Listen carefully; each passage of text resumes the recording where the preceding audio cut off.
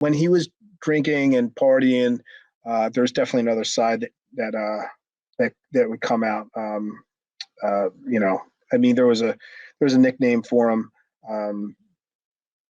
PUB, Pilled Up Benoit, which was kind of something that was floating around by a couple of the boys.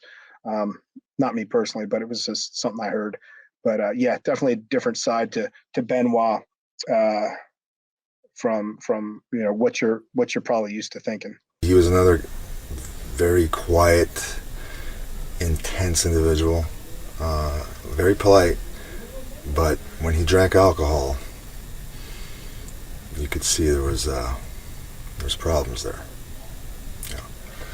Just he would become talkative in strange ways or show physical aggression, or you saw a very evil person.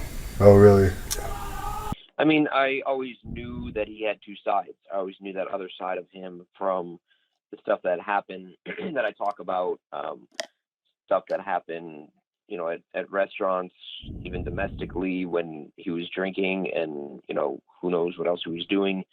So I saw that savage side of him. I had dinner the other night with Bret Hart, and we were talking about that, and Bret had never seen that side of him. I remember when this all went down, I was on the phone for hours with Chris Jericho, who was much closer to Chris Benoit than I was, and I was pretty close to him and his family. And he had never seen that. He was shocked, and I was telling him the stories about how they would both, Chris and Nancy would both go to Johnny Grunge and tell their, they'd have a fight. They'd each tell their side of the story.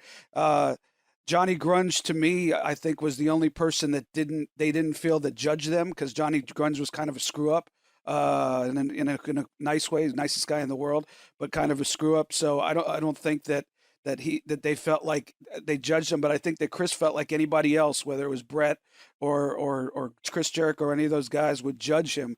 So I think he hid it from his closest friends.